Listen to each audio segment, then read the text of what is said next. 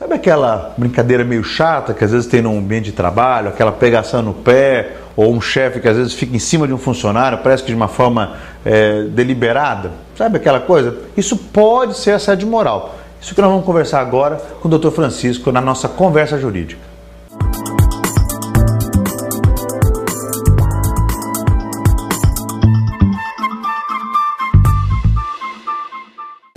Bem, estamos na nossa conversa jurídica no programa Aprendendo a Empreender, trocando uma ideia com o Dr. Francisco sobre esses assuntos, né, que permeiam o dia a dia do empreendedor, das empresas.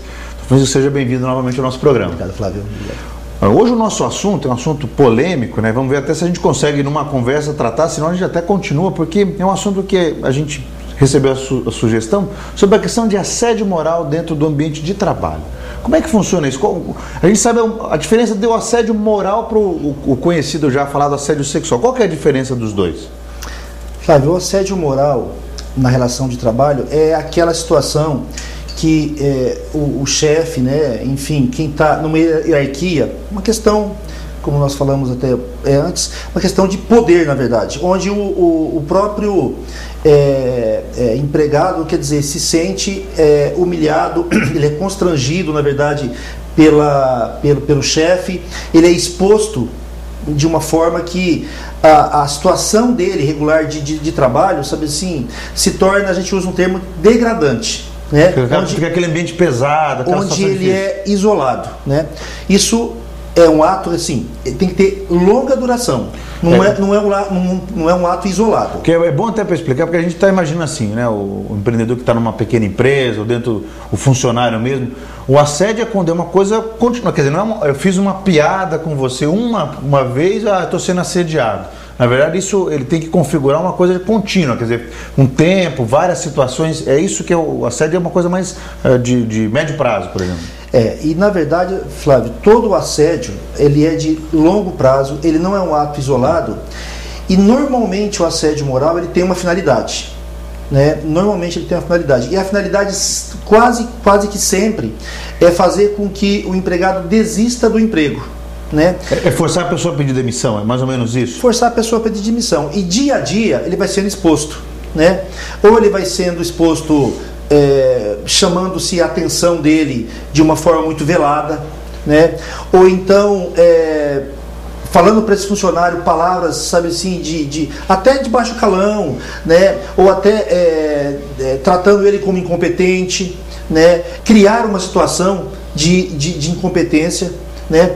Fazendo com que o próprio grupo, na verdade, se afaste dele, sabe, e mantenha ele isolado. Você disse uma coisa do grupo, é como se o grupo, uma empresa, né, lá tá os vendedores, os costureiros, o pessoal que está dentro percebe que alguém está sendo da chefia, ou de um gerente, ou o próprio dono da empresa, está em cima de um determinado indivíduo, fazendo essa coisa de, às vezes, desmerecer, degradar a pessoa, às vezes ofendê-la. Então ele começa a perceber, às vezes o grupo afasta, porque percebe que nisso está uma intenção de que a pessoa saia do trabalho, é isso? O grupo, na verdade, ele rompe os laços afetivos com esta pessoa, né?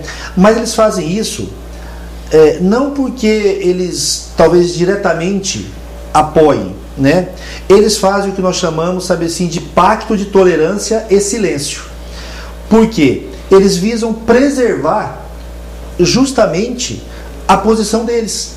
Porque é como se a pessoa fosse usada, e não é como, vamos dizer, a pessoa é usada como bode expiatório, né? E aí, o que acontece? Muitas vezes, por falta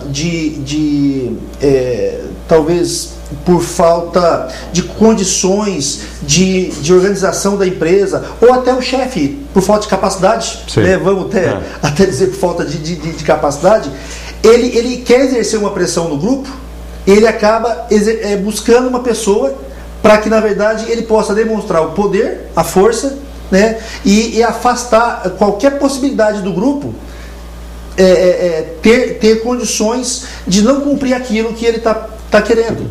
Sob um ponto de vista, que a gente imagina que a pessoa que nós estamos conversando aqui orientando, né? Seja ela o funcionário que pode ser alvo do assédio, ou a pessoa que tem a empresa que pode estar ou assediando, ou até tendo algum funcionário, vamos imaginar, é o dono da empresa, é o pequeno empreendedor, mas que tem ali um gerente que está tratando assim com o funcionário. Primeiro, a questão do assédio é sempre uma relação de poder, né? O funcionário não assedia o chefe, é sempre o chefe ou o que tem mais poder que assedia o mais fraco, é isso? Nós falamos o seguinte, que o assédio moral, ele tem que ter duas características, hierarquia e assimetria. A assimetria é o seguinte, é o que você acabou de dizer, só quem pode assediar é quem está numa relação diferente, assimétrica. O chefe assedia, na verdade, o funcionário, quem está na hierarquia menor. Mas quem está na menor não assedia quem está acima. Né? Citando a questão de assimetria, né? Não há possibilidade de trocar de função. Este é o exemplo. É o exemplo seguinte, pai e filho. O pai é o pai, vamos ser redundante, né? E o filho não pode ser pai. Então a questão da simetria está isso, não há correlação. E para o funcionário que está sofrendo uma situação dessa na empresa, né? O que ele deveria fazer? O que você acha que ele deveria fazer? Olha, hoje a legislação, assim, a jurisprudência ela cresceu muito com essa questão do assédio moral, né? O funcionário tem em seu favor o que nós chamamos de rescisão indireta. Né?